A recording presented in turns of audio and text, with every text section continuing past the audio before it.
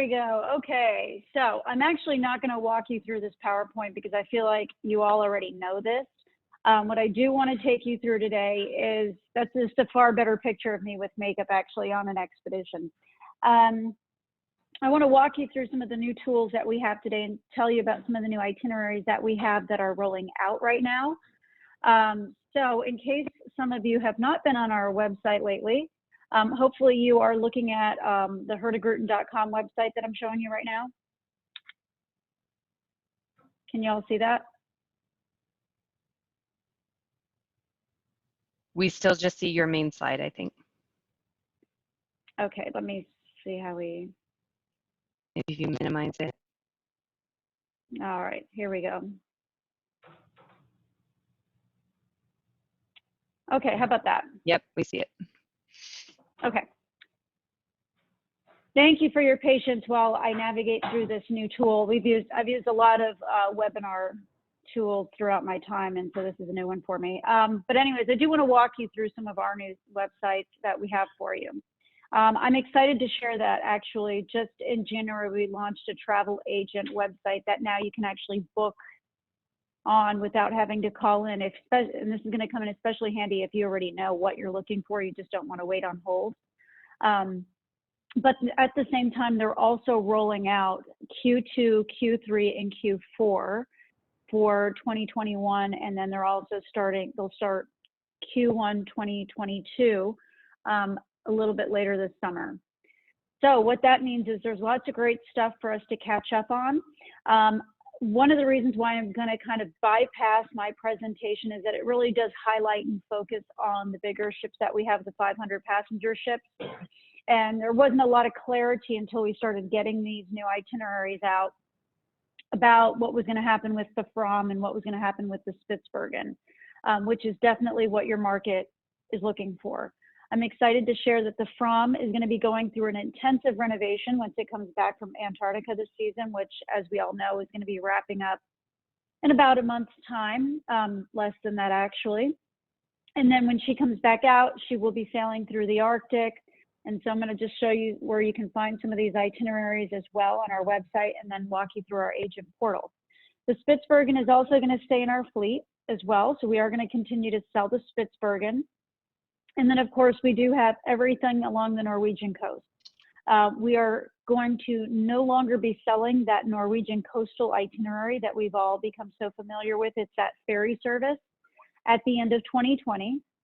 And that is, hold on just one second. I'm sorry. I have my boss messaging from Antarctica right now. So I need to tell her I'm on a webinar, can't talk.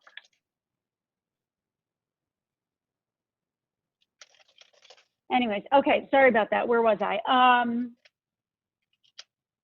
So yes, we are going to discontinue selling the coastal service along the Norwegian coast here in North America. It's still going to be available for sale in Northern Europe, as it's a vital part of their economy and livelihood. And the point isn't to shift the business to Northern Europe. What they're actually doing is they're taking the Midnight Soul and the Finn marking out of service. They're going to completely gut them and renovate them. And we're starting Norway expeditions along the coast beginning in January of 2021. With all this said, everything that's left on the coastal ferry service that we have for sale till the end of 2020 is right now 40% off. And then going into 2021,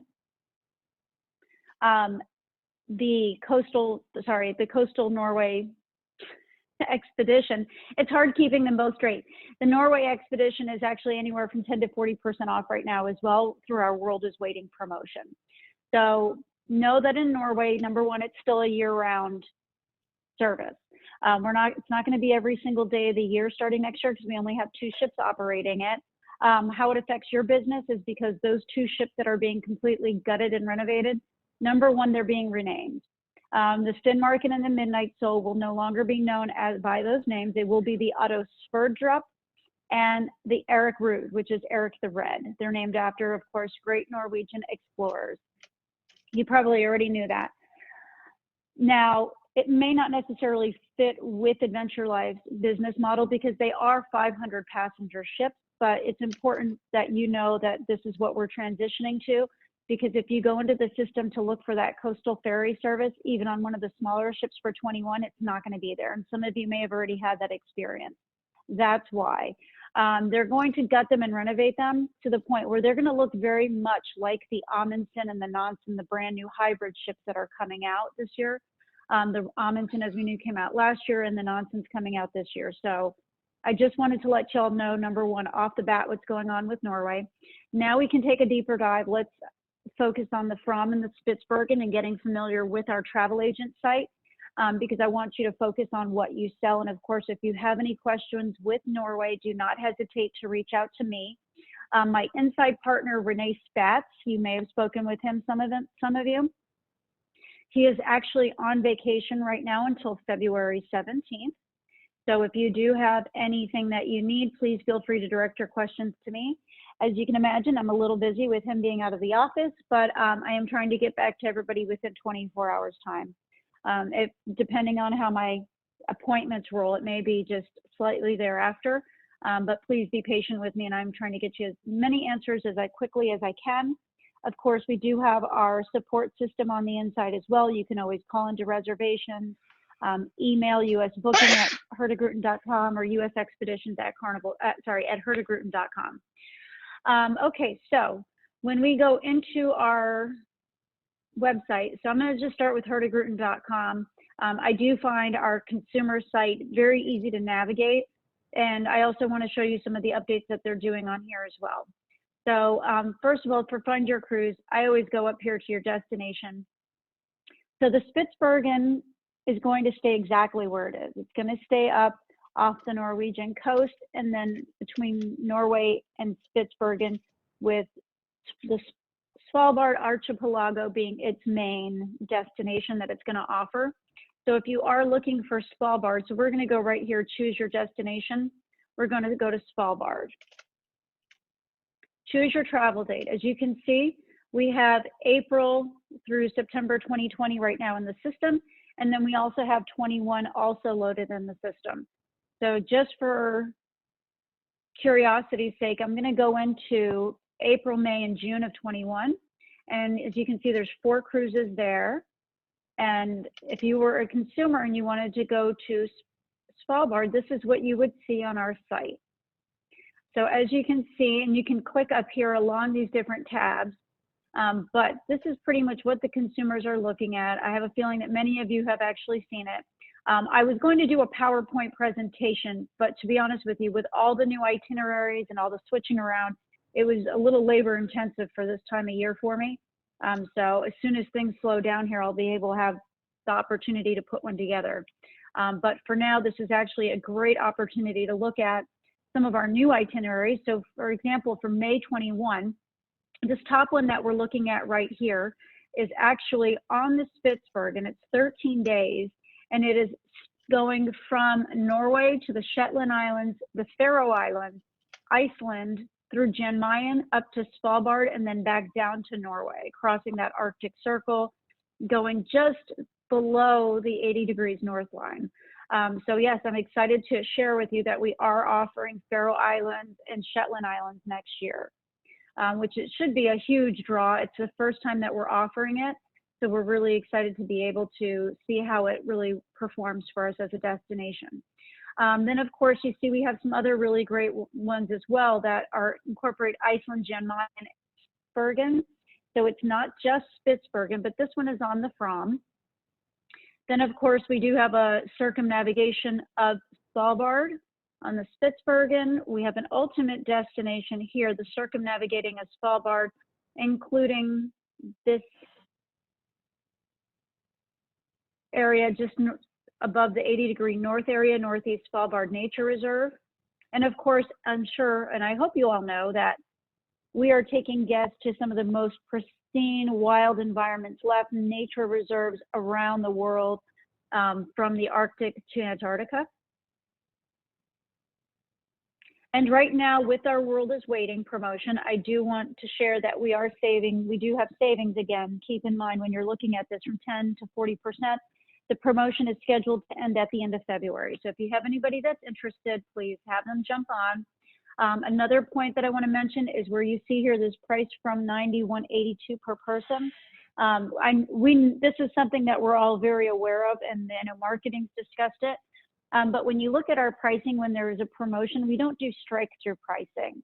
So the pricing that you're seeing there, the $91.82 per person, is actually including the sale price that's in there. And so now I'm going to go back to where we were looking before. And I just want to hop over to July, August, and September of 21. So again, we have the from going up to Iceland, Svalbard, Jan Mayen, lots of circumnavigation of Spitsbergen and Svalbard, island hopping around the Arctic. I really like this 13, 14-day itinerary that we've already looked at. I really think that this is going to be really exciting. As you can see here, the September 22nd date, one of the great highlights is you have the opportunity to possibly see the Aurora Borealis, especially with this far north as we're going up to the Svalbard. So that's very exciting. I hope you all are excited to see.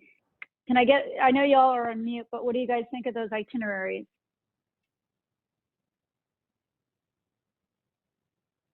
You can unmute for a second. Do I get a yay or nay on those itineraries?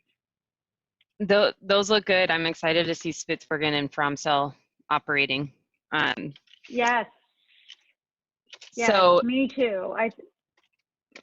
And largely then in Norway, you're largely doing the larger 500 passengers. That's all we're going to be able to sell here in North America. Okay. That's it. And that's going to be starting in 21. Okay. So let's see here. So if I were to go here, there's Norwegian Coast. Anything that says coast or coastal, that's referring to the ferry service, and that's only for sale till the end of 2020 in North America. And everything that we have left is 40% off. So it's a tremendous opportunity to get on board. I know the Kong Herald was supposed to go in for renovations, and they had to pull it back. I think the shipyard was full or something at that point in time. So there's a little bit extra even inventory in there now. So if you do have anybody that's looking for Norway, this is a great year, especially if it's very small ship specific. But with all this said, the Norway expedition for next year is actually quite nice, because it actually is going to eliminate all those operational stops. So it's no longer a ferry service, it's an expedition, which means they get the expedition jacket, they have the full dedicated expedition team. Since it is dedicated to the North American market, they're actually going to be, everything is designed around the North American passenger. It's gonna have a science center on board, just like the Amundsen. One will have an outdoor barbecue, the other one will have a pool and ways of, in terms of what the amenities the ship will have to offer. And one of the really exciting things is that on the Norway expedition starting in 2021, you also get a complimentary free shore excursion that's already been selected by Hurtigruten in every single port. That's a little different than the expeditions that we have now. Right now on the expeditions that we have, and this does include the Spitsbergen and the Fram, starting in April 2020, all of our expeditions will also include free Wi-Fi, and they will also include free and unlimited beer and wine with lunch and dinner. And then they also get one complimentary selected shore excursion. So I'm going to go back over here to Iceland, and I'm going to look at, let's say June, because this is when the ship will be out of renovations, because we're going to probably be looking at the Fram. Yes, we are. So one is the Nansen, one is the Fram. Because we focus on small ships, we're going to take a look at the Fram. And hopefully y'all know that if you do go on our website, if you just scroll down here, because I know there's a lot of stuff going on, but if you scroll down here, you can go into what's included, and you can actually see, because I know we're really trying to make this more of an inclusive package. We're not going to be 100% inclusive, but far more inclusive than I think that we've ever been. So what's included in your expedition, if there's any question, because you may forget from Norway to Iceland that it's a slightly different package. But as you can see here, it does list everything, including the boots, trekking poles, and equipment needed. Everything about the engaging onboard activities and education, in other words, the lectures that we have on board in the evening, all the premium comfort, and of course, no gratuities. And then it tells you a little bit about the Fram. And right there it says year of refurbishment 2020. So we're super excited. As far as what is the Fromm going to look like? Well, she's going to have the same look and feel to the cabins that these older ships do. And I'm just going to, or sorry, not the older ships, the newer ships. And I'm going to pull that up for you right here. Let's see.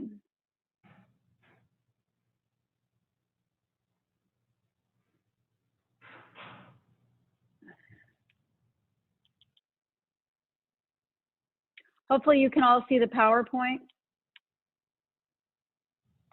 So this is what the new rooms look like. So this is what the Fromm will look like.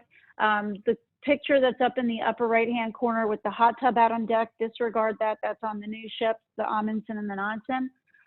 But for the most part, now keep in mind, as we all know, one of the main differences between with the Spitsbergen and the Fromm and the newer ships that are coming out is that they do have interior cabins. So unlike the Amundsen and the Nansen, they have interior cabins, they have ocean view with a picture window, they have a limited supply of cabins with a balcony or large, floor to ceiling windows.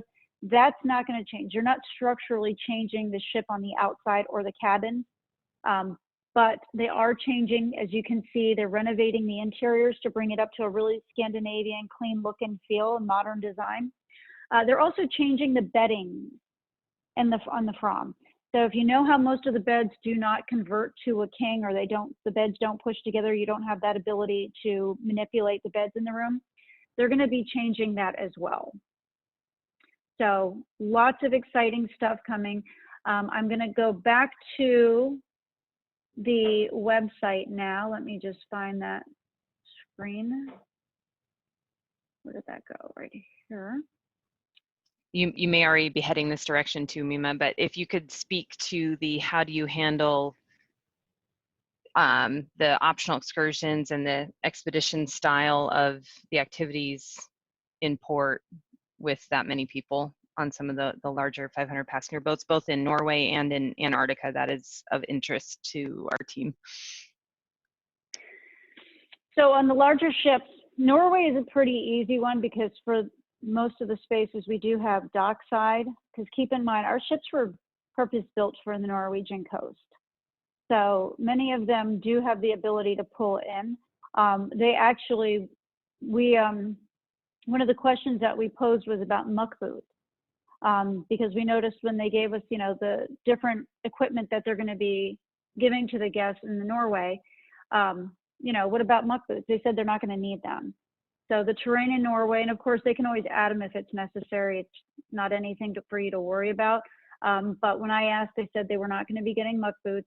As far as how everybody is managed, keep in mind, I think one of the biggest misconceptions about a big ship, and I hear it from, God bless them, I have friends that work with other expedition companies, as you can imagine, from Silversea to Lindblad to Quark and everything else. So I get a lot of different feedback. And one of the things that I hear from, the companies that do sell smaller ships, expeditions, is that our guests never get off the ship because it's too big.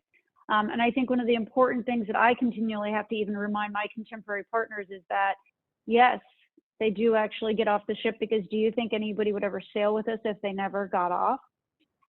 Yes, it's a different type of clientele than those are looking for the 100 or 200 passenger ships, but there's definitely a market out there for them.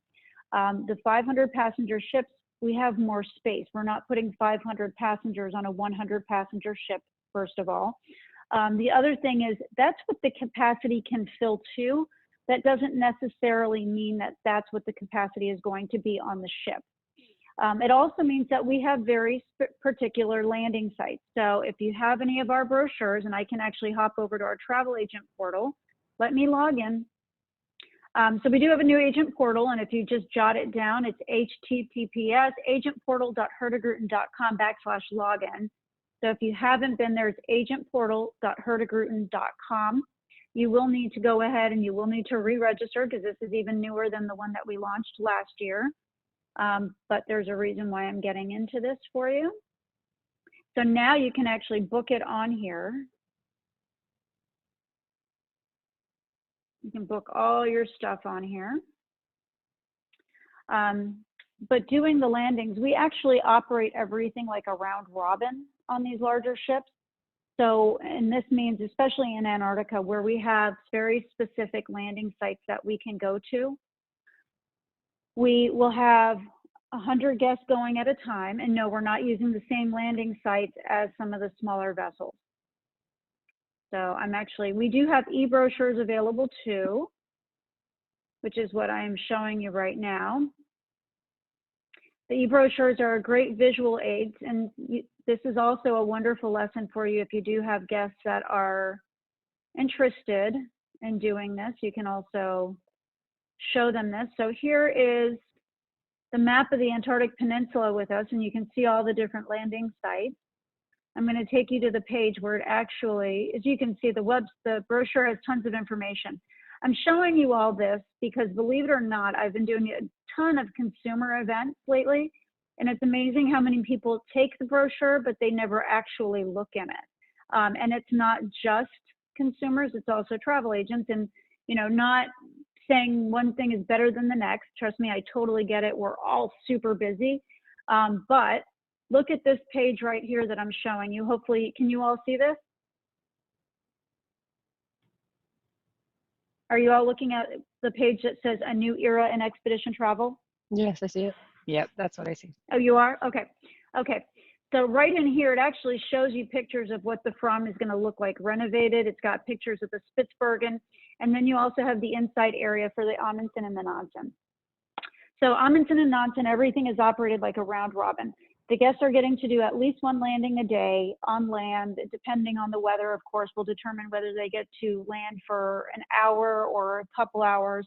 And then they're just continually operating it that way. And again, we have different landing sites that can accommodate a ship that holds up to 500 passengers. That doesn't necessarily mean that we're going to fill to 500. So for example, on our expedition coming up here at the end of February, I believe we still had some space available on it. If that ship sails with 250 people, guess what? 250 people are now getting to enjoy all the amenities of a 500 passenger ship. And when you're sailing for 2 or 3 weeks, think about how nice having an extra restaurant on board is, or a spa where you can get a massage or a facial, or an outside pool where you can go take a swim, or of course the hot tubs. All these different amenities are really what makes a ship that's just a little bit larger, a little bit more comfortable for a longer ride. Think in terms of couples. For example, the husband may want that really raw adventure of a small ship, but the wife may want the ability to go get a massage while the husband's out again. There's always that balance. So this is the side profile of the Amundsen.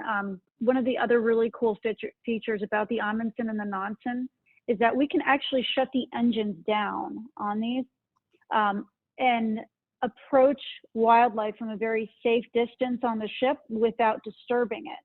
So for example, on the Amundsen second sailing, my boss was on the ship. They were sailing along the coast of Svalbard, close to Spitsbergen, and they spotted the very first polar bear. They were able to shut the engines down, glide the ship in close enough that they were all able to take pictures, and the ship's photographer was able to get a picture. The captain had that signed as a certificate and all set up and sent it out to all the guests. It was a beautiful picture that said first polar bear seen on the Amundsen. So that's where these a little bit larger hybrid ships come into play and really make it a little more unique of an experience.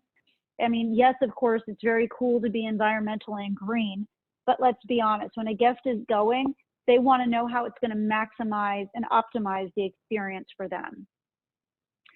In addition to, of course, the wellness center, there's an indoor and outdoor fitness area, beautiful expedition suites and lounge area. So keep an open mind when you are. I know that you have a certain strategy, but this is always a very nice option for guests, especially if it's a husband and wife that are kind of going back and forth.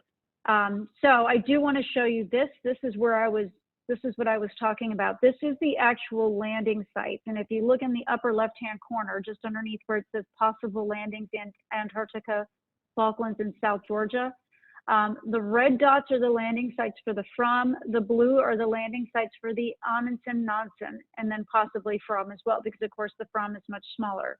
But as you can see, if you look over to the lower left-hand side of the screen, We actually have a couple of potential landing sites just below the Antarctic Circle, which is extremely unique for us. And guess what? It's on the bigger ships as well. So if you're a guest, that's a big bucket list item. If they are looking to do that, sorry, my dog is barking. It's a nice option for them. But as you can see, the landing sites are quite diverse and they're quite big. I'm going to just scroll. One more thing I wanted to show you also in these brochures, whether you use the paper one or the electronic one, and we are going to have the new 21-22 brochure, hopefully coming out soon. But it does walk through the expedition team, activities, wildlife, and then this is my personal favorite, and I'm sure many of you know this, but what a great piece for you not to have to recreate the wheel. The best time to travel to Antarctica and the wildlife calendar from October to March. I show people this at the shows and they're just flabbergasted. They didn't realize they had all this information right there in their hands. So that's why I like to personally show you all. I don't know how many of you have actually ever seen this or seen our brochures, but there's tons of great information in there. So I want to make sure that we're really maximizing our use of our tools. I'm also going to now go back to, let's see. Can I ask a few questions while you're navigating? Sure, of course. Yeah, of course. So you mentioned that they would maybe get off the boat for an hour. Is that standard in Antarctica? Would they get off for longer? If the boat didn't fill to capacity, do they get to spend more time on shore? An hour is not the rule. That's just, keep in mind that when they do a landing, that if the weather picks up and they've only been out there for an hour, they'd have to go back. They do usually try to give them about approximately 2 hours to do a landing. If they can do more, they will, of course, because if there's less people on the ship, they may be able to spend a little bit more time out there. But it's really, as we know with an expedition, the weather. They let those two items guide them primarily through the entire voyage. So I can't tell you that they're going to be out there for hours. But I know that they get one landing a day, as they all.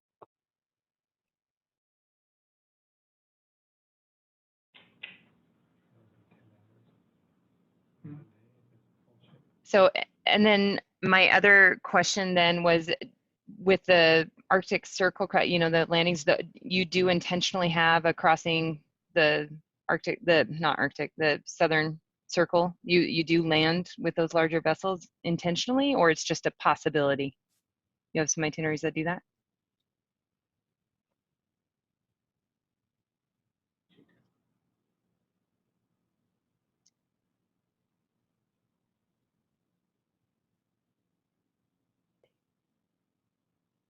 Is the audio out for anyone else too? Yep. Yeah. Okay. I thought it was just me. No, I can't hear her.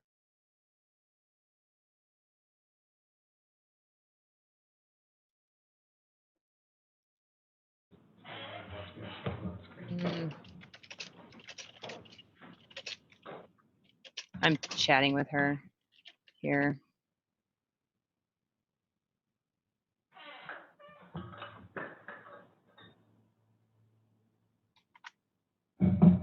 I'm sorry to dominate the question asking you guys. If you guys want to insert your own, you're welcome to, but I'm trying to keep her on track to the things I wanted her to talk about.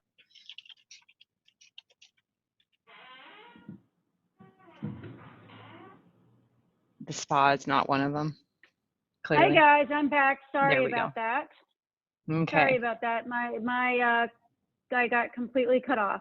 Anyways, so yes, I can't tell you exactly the amount of time because it does depend on the weather and the wildlife. If they see more wildlife in another landing spot, they are going to pick up and leave. If the weather picks up, they will leave. Sure. Generally, though, that doesn't happen. They can usually predict that, hopefully at the beginning of the expedition day.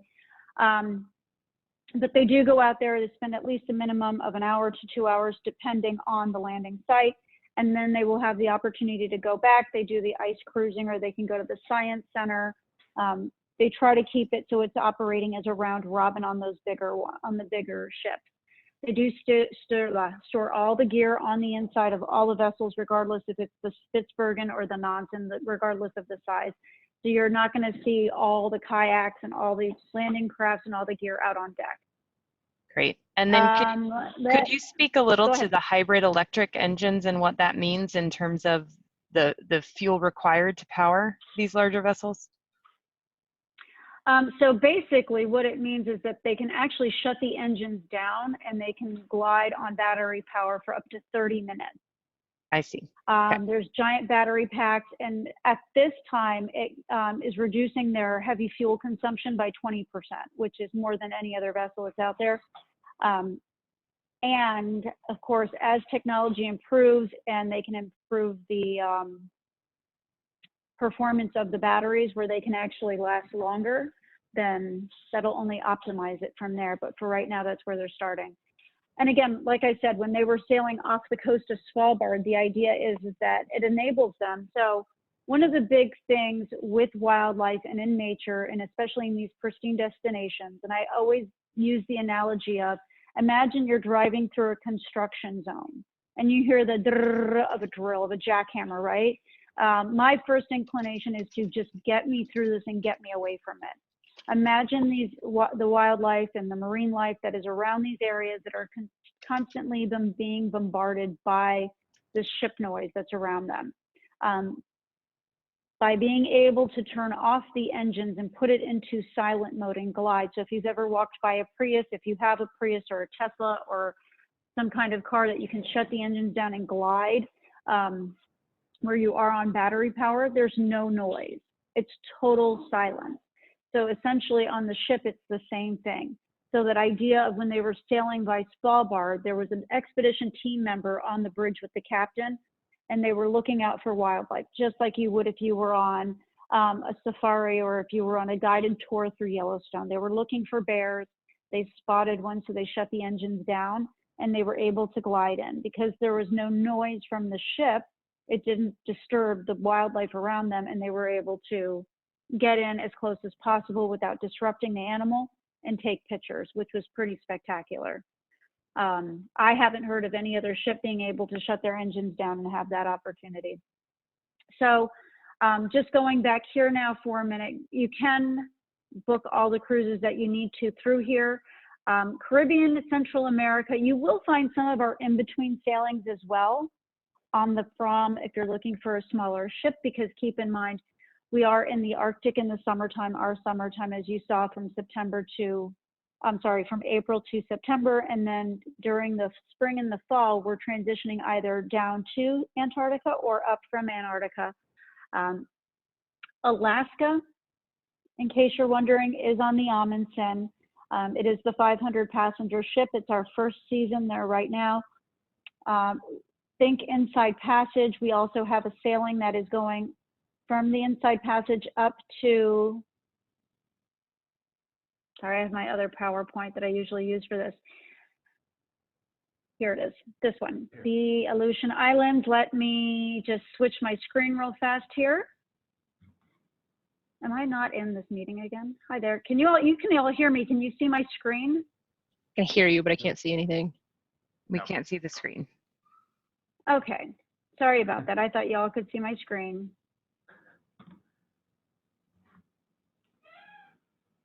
I don't know why this is, sorry guys, I appreciate you being good sports with me today. I don't know why this is, I can't even click on this now. Okay.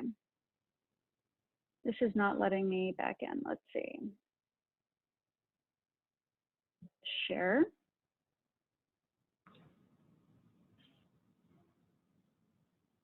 Okay, can you see it now? Yep, we're good. Okay, thank you. Sorry about this, guys. Okay, so this right here is one of our Alaska itineraries. I don't know why it's not letting, sorry. Okay, so think Inside Passage, going up to Hubbard Glacier, College Fjord. Some of the ports that we're not doing because we are really trying to stay away from where the big ships are, the other big ships. When I say big ships, I mean 1,000, 2,000, 4,000, 5,000, 6,000 passengers, believe it or not, yes, at a time are going up to Alaska. So we are staying away from Glacier Bay. We're staying away from Skagway because that's where they're all going. But as you can see, we are out of Vancouver. We are going through the Inside Passage.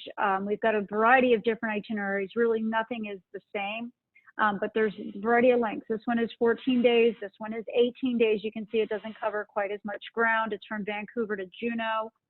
And then this one is really an ultimate Alaska expedition opportunity here, starting in Vancouver, going through the Inside Passage over to Kodiak, Dutch Harbor, the Aleutian Islands, and then flying home from Nome.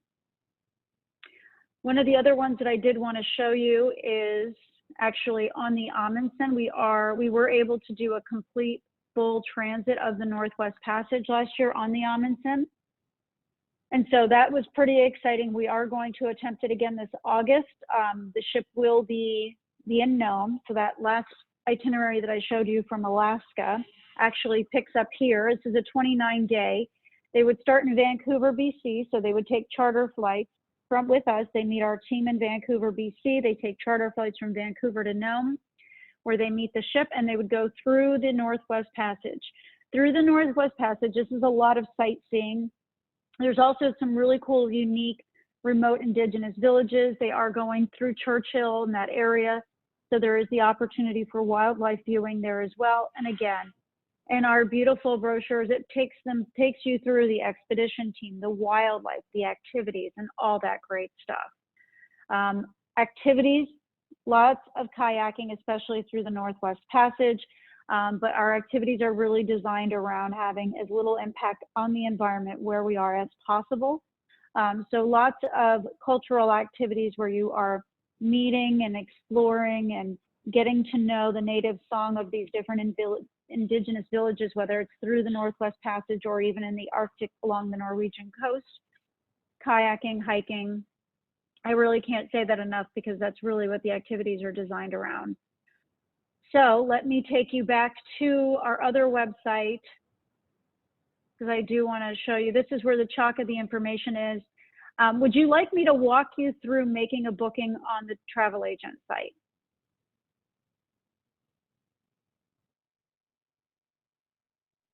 I'll let you guys decide that.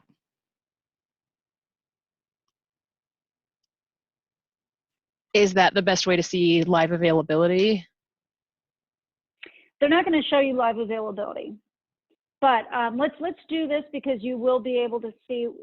It's not going to tell you 14 cabins left, but it'll show you what cabins are available at that particular thing. So yes, let's go ahead and let's take a look at this. So it's right here when you log in.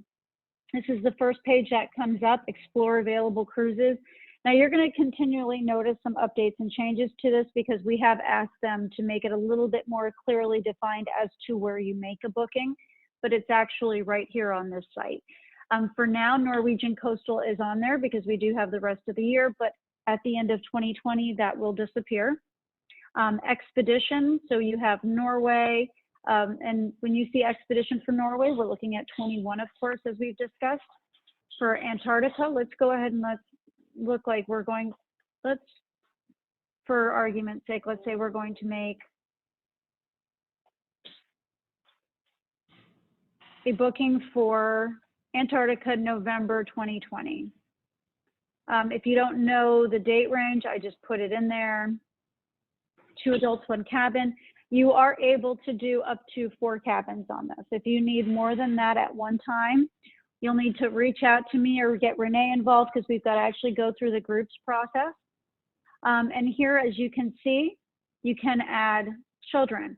Of course, with infants in Antarctica, I would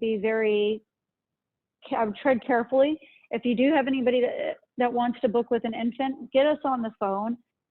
We don't have a full medical facility on any of our ships. It's a small clinic. So I would be a little hesitant to bring children, especially under 9 months, on board because their health is still very fragile. So I don't think we'll be doing that as a company either, Mima. We're pretty antsy about that kind of stuff. So, I mean, I think the youngest we would ever consider sending to Antarctica would probably be 6. And even then, it's a bigger conversation we need to have. Thank you. Good, because We that's won't how send I you feel about babies. it as well. Yeah, Good, good, good. I believe it or not, I actually get those questions, and not Sure. so much from consumers as I do from other agents out there, because consumers ask them, I guess. And to me, I was lucky if my parents put us in a conversion van and sent us to Disney World, let alone Antarctica, but I suppose somebody's out there going to do that. So we're going to go ahead, as you see here, I did put it in there, November qualified. I just put in, what do we have from November 7th to November 28th, 2 adults, 1 cabin. Very straightforward, and this is what comes up. We have the Nansen, we have the Fromm, and we have the Amundsen. From here, it's going to, so it gives you the search. Now we're going to choose the voyage. And it does tell you actually some of the highlights as well. So November and December, best months to see elephant seal pups, 6 days exploring 45 possible sites, 5 days exploring, and it gives you a little more detail for you to share. This is a 23-day departure on the Fromm. And now it also gives you the different price points. So depending on what your client's budget is for this particular sailing, you can take them through there, or what they specifically ask for. So if they're looking for something at least with a view for Antarctica, you can start with the polar outside. From here, again, it does say this is what we've selected, but it takes you a little bit deeper. And keep in mind that this interior that you see here, these pictures are going to be updated once the ship gets updated. So this is not how the ship will actually look for fourth quarter 2020. It's going to have that modern look and feel that I've already shown you. So we're going to stick with that. And so here, select the cabin grade. You can either do a middle deck for 2 draft travelers or an accessible outside deck. From here, we can select the cabin.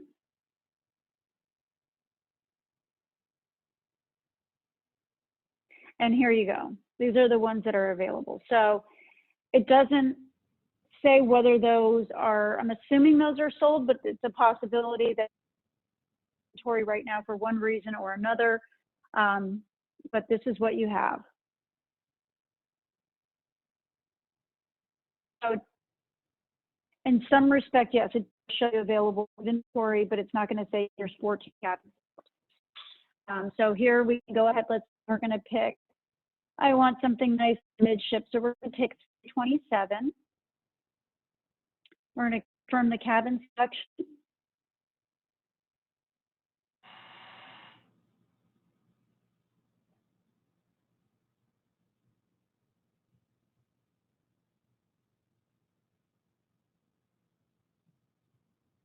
And then here also, it's going to give you some short excursions, which is really exciting that now we have these. And you can see also there is the free excursion for this voyage, which is the Stanley Community Walk. If they wanted to do different tours, anything that's available for them to book in advance is here. So let's say we're going to do the Stanley Bluff Cove Lagoon tour. We're going to add that one on. You can even add, if you want to, maybe just one wants to do it and 2 doesn't. So we're going to add it for both here, and we're going to go to next.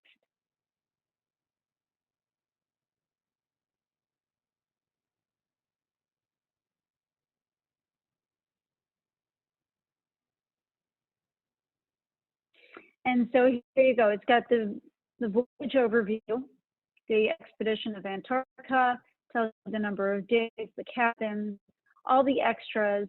It also goes over the cancellation policy, please.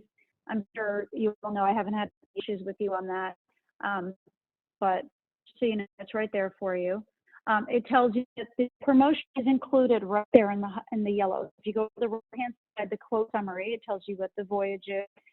Any extras, that would be the activities we selected. Under the total price, including taxes, World is Waiting. That's that promotion that we have right now. It's 10 to 40% off, depending on the sailing. That has been added on there. And then it tells you what the deposit is to confirm it. Agree and continue. If you want to share the quote, you can do this. And I can send you an email to me to share the quote. And I'm just going to pop over here real quick and see if I've gotten it while you all are looking at that. Here we go.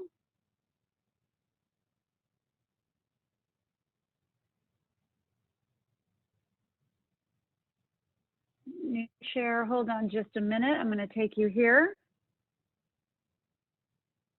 And so you're looking at my email now, I hope. And you can see that this is the quote that Liz came up with. Beautiful pictures here. It tells you the cabin, the guests. Please keep in mind that this is a work in progress. So if you do have any type of suggestions on this, I want to hear your feedback as well. So please be sure to share it with me. But it is going to, we got to scroll over here to the side. This quote here. It's kind of hidden underneath the screen that I'm looking at for you guys here. So over to the right-hand side is where you have everything all listed on the quote summary. Are you all seeing that? Yeah, we can see it. You can see it? Yep. The numbers, you mean the totals? Yeah, the the right hand. totals. Mhm. Yeah. Yep. So And I'm would gonna we go be back. able to pay by client credit card then right there if we were to continue and say, yes, we want to book it in the portal? Yes, yeah, Okay. absolutely. So we Agree can and go here continue. and say Mhm. agree and continue. And so we are back. You are looking at the agent portal, and I hope. Okay. And so here we're going to go back here, and we're almost there. To confirm your booking, we need some information. Mhm. So Okay. this is, you're going to put all the information in. We do not have the medical forms electronic yet, so that still has to, when they send you that confirmation email, that still has to be filled out and sent back. That's not electronic yet, but we do collect this information here. So you're going to fill all that in, and then you're going to hit continue. You're going to take the credit card payment, and then you're going to have a booking that's made. Okay. Great. Hopefully this is going to save you a lot of time on the Mhm. phone. Please, I want you to share your feedback with me, whether you love it, hate it, regardless. One more thing I want to share with you about Norway. Sorry, I just remembered. We do have a special promotion that if you book anything with Norway this month, you are getting a $100 gift card, and that's per booking. So that's regardless if you're selling postal or expedition for sure. It's a bonus incentive for you. So I encourage you to participate in that. And I think we're done. I just wanted to share all that great stuff with you. We have about 10 minutes left for questions, so please open the floodgates.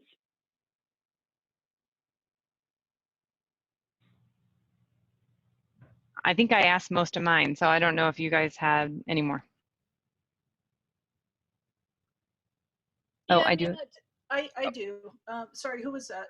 Go for it, Dan. Okay, so is there a single-use plastics policy, especially for the Antarctic voyages? We banned all single-use plastics in 6 months back in 2018. Awesome, thank you. And then what is Yes, the we waste did. management system? That's a great question. I don't have the complete details on that. I can tell you that because we are a company that is based in Norway, we are extremely aware of sustainability as part of everything that we do. Just to walk you back a little bit, I don't know how integrated or what your knowledge of sustainability is, but the modern day definition of sustainability actually comes from Gro Brundtland, which was the Prime Minister of Norway and in charge of the UN's Brundtland Commission back in the early 80s. And so the reason why I'm sharing this with you is because it's really just been integrated as a part of the way of life, not just for Hurtigruten, but for many of our employees that have actually grown up in Norway. It's just part of what they do. So I can definitely find out, I can reach out to our Norway office and find out a little bit more about the waste management program and what they do there. I'm sure they would love to share it with us. That's actually a really great question. But I can tell you that I am fairly certain that first of all, we've never been fined for dumping. So we don't do anything that is outside of protocol. We do recycle, we actively compost. We go into a lot of these small little villages along South America, and we do all sorts of different activities where we give back, create schools, give money, donate to schools through the Hurtigruten Foundation. We do beach cleanups along the coast of Svalbard and some of the different Arctic islands that we visit. But the waste management, that's a good question. Can you actually send that to me at nima.waters@hurtigruten.com? And if there's something specific that you're looking for, some type of information, please be sure to share that as well. Yeah, I can thank send you. that, Zan. Okay. And then continuing my questions, do you have white label PDFs of excursions for each of your voyages that you could share with us? There's nothing that is set in stone year after year. I can send you what we've done for years past or for this year that's active right now. I know that that's something that they roll out as we get closer to sailing. When I say closer to sailing, I mean about 9 months out. So I personally do not set the shore excursions. I don't set the schedule. I just wait for them to get the information and then I send it out when it's ready. That's also all done by our team in Norway. But again, put it all in an email and send it over to me and I'll be able to send you whatever I can. If there's something specific that you're looking for, like Iceland 21, say, hey, Mima, we're waiting for the excursions for Iceland for 21 to come out. Can you send that to us as soon as they come out? That would be really helpful because it's not something that is, year after year, the same exact set schedule. A lot of it also, and let me back up here, has to do with the fact that we don't necessarily run exactly the same itineraries as you can see year after year. For example, in 2019, we did the East Coast of Greenland. In 2020, we are not, but in 2021, we are going back to the east side of Greenland. So that's why it's not necessarily the same book year after year that I can just say, oh yeah, sure, here, let me send you a PDF of it. We try not to visit the same areas over and over and over again as much as possible, just to try to alleviate the impact, even along that Norwegian coast, even though we do it every single day of the year round right now, the ferry service, they still do many of the fjord systems seasonally as they are able to get in and out. And also, again, not to overrun the same section over and over again. So hopefully that helped to answer some of your question. I know it's not, yes, I'll send this to you, but send me an email if there's something specific that you're looking for. We may have to keep an eye out for it until it comes out. My understanding is that they come out about 9 months prior. It may be a little bit sooner or a little bit later than that, but I'm happy to get you whatever you need. Yeah, our interest, I think, specifically is just to have something conveniently shared with clients. And so if there's anything where those are, the excursions for the voyage are assembled into some format that we can simply share with clients rather than, we don't have them in our office sitting here where we can go through the website and click through all those excursions. So that's kind of the motivation there. Right. Again, I would have to, let me see what I can come up with for you. Just send me a little email and I'll see what I can come up with for you.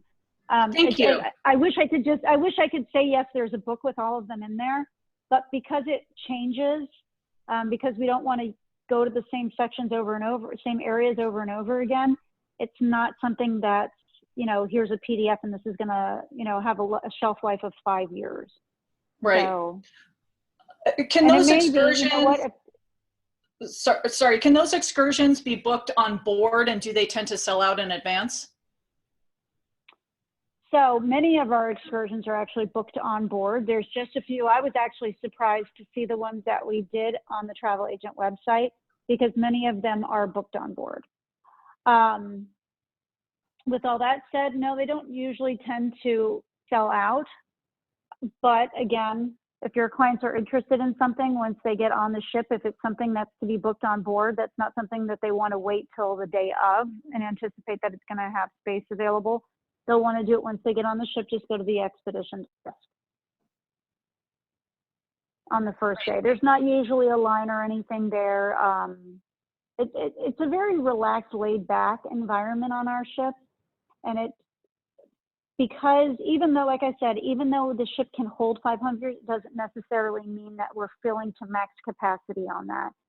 If you notice, you never see us send out like last minute deals to Antarctica or anything like that, because we're not trying to maximize the capacity. We want to be able to create an atmosphere where it's a very comfortable, and we don't want people talking about, oh, well, I got a fire sale to Antarctica. I got this 50% off. So It's not about crowds and rushes and all that misconception. I think that comes along with a few more people on board.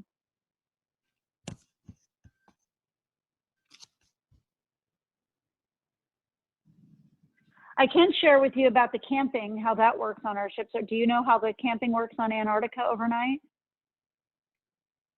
Is Generally, anybody yes, interested not in on hearing that? Hurtigruten vessels, no. Okay, so on our ships, it's run as a lottery type system.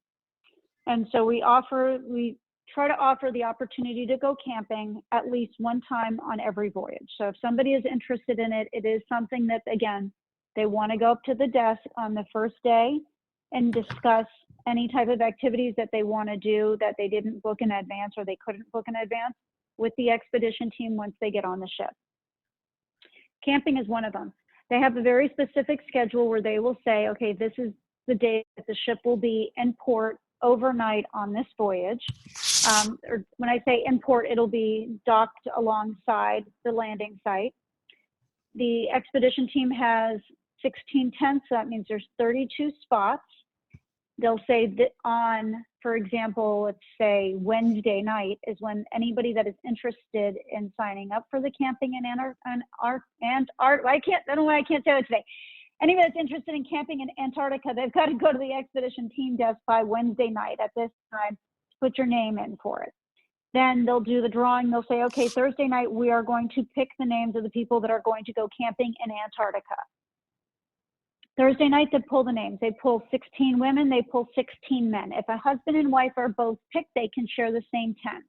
However, if a husband and wife, if a wife is picked and the husband is not, you are going to go camping. You have the opportunity to tent with another female that has also been picked. So yes, there is the possibility of you camping overnight in Antarctica with somebody that you do not know of the same sex on the same voyage. We haven't had any issues, knock on wood, that I know of with this. If anything, people have gotten picked and they'll say, you know what, not my thing, I'm gonna pass on it. And again, I haven't heard good, bad, or indifferent either way. But again, if a couple is picked, then they have the opportunity to camp together. If not, then they go with a match of the same sex. And that's how they do it. And then that night, while the guests are at dinner, the expedition team goes to the landing site. They will prepare it. They make the little ice toilet. They've shown us a picture of it. It's essentially like a little igloo, like a little cooler. So if anybody does have to use the potty or use the restroom in the middle of the night, they will use that, and it's taken off Antarctica afterwards. So they don't just do their business on the land, of course. So to the question of waste and disposal. And then the night they stay overnight in their tents, and then they go back in the morning. But they do it after dinner. Waste is collected. Nothing is left behind, of course. And then they go back in the morning. And the ship has to stay alongside the docking site. That's the other key thing. So it's a combination of finding a calm bay, calm area where the ship can stay in one spot overnight as well. So there's not a designated landing site when we've asked, and they said, you know what, it really depends on the weather. We can't tell you one and then it changes up, you know, when we get there. So as you all know, the nature of an expedition is that there's always plan A, plan B, and plan C.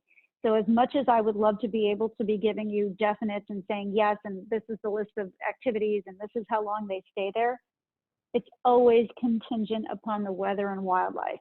We have to pay attention to the weather, make sure that we keep everybody safe, and we are actually there to chase the wildlife. So with those two factors, we let them guide us.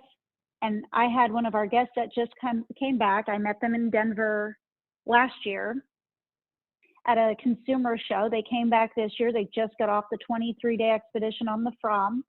They did the Falkland Islands in South Georgia. And when I saw them last year, they were so nervous. They had all these questions, and it was that same feeling that, you know, well, we want to be able to nail it down. And, it, you know, the nature of the expedition is that you have to allow for the opportunity for things to just kind of naturally unfold. There is the schedule. Yes, we are going to Antarctica, but there's always plan A, plan B, and plan C. And so they said sometimes plan B was actually more exciting than what they thought plan A was. They got to see everything that they wanted to and so much more. I had another guest tell me that she did our sailing from Iceland to Greenland, and they tried, this was a couple of years ago when we did the east side of Greenland, they tried to get into Greenland 3 times, and they were finally able to do it the 3rd time. She said, but every moment of that anticipation was so exciting to try to watch the ship come in, that it wasn't anything where they were like sitting on the ship disappointed. They realized that this is the nature of the expedition, and you have to allow for nature to work its, to go through its course. So there is a little bit of flexibility that we need to be reminded of when we're looking at an expedition, especially, you know, in some of these areas where the weather can pick up and change at a drop of a hat, like Antarctica. But I think as long as we have confidence in what we're delivering and what we're doing, I know there's going to be a lot of questions. Please feel free to reach out, but ultimately have confidence in our expedition team, because they do know what they're doing. And even on a 500 passenger ship, they're going to have a wonderful time. If somebody is specifically looking for a smaller ship, you may not want to guide them towards the larger one, but find out what their background is, what's their, you know, have they taken cruises before? Are they not a cruise person? What's the experience that they're looking for? By really drilling deep and asking the guests the right questions, you're going to be able to match them better. And with so many options out there today, I think that we're really well placed in the marketplace. We are not luxury, we're an approachable luxury in the sense that not everybody's going to be able to afford this in their lifetime, but it's an adventurous type of atmosphere. We're not going to serve them champagne and have violins on the Zodiacs to Antarctica. I anticipate that that's probably not what most of your guests are looking for when they go to Antarctica anyway. So if there's anything, you know, else that you need to know, just let me know. I don't want to keep you all on hold any longer than I already have. And most importantly, thank you all for your patience with this today. I really wanted to show you our new consumer website as well as our travel agent portal. And surely my intention was not to get thrown off the call in the middle of it. So I appreciate your patience. And if you do have very specific questions like excursions, send it over to me. We'll see what we can get you or what the best option is. And we'll go from there. Is there any other questions? You can always email me at mima.waters@hurtigruten.com. That is great, Mima. I've been composing some questions too that I'll send your way. Zan, I'm including the ones you asked as well that she said to contact her about. So Yeah, definitely. thank you so much for the time.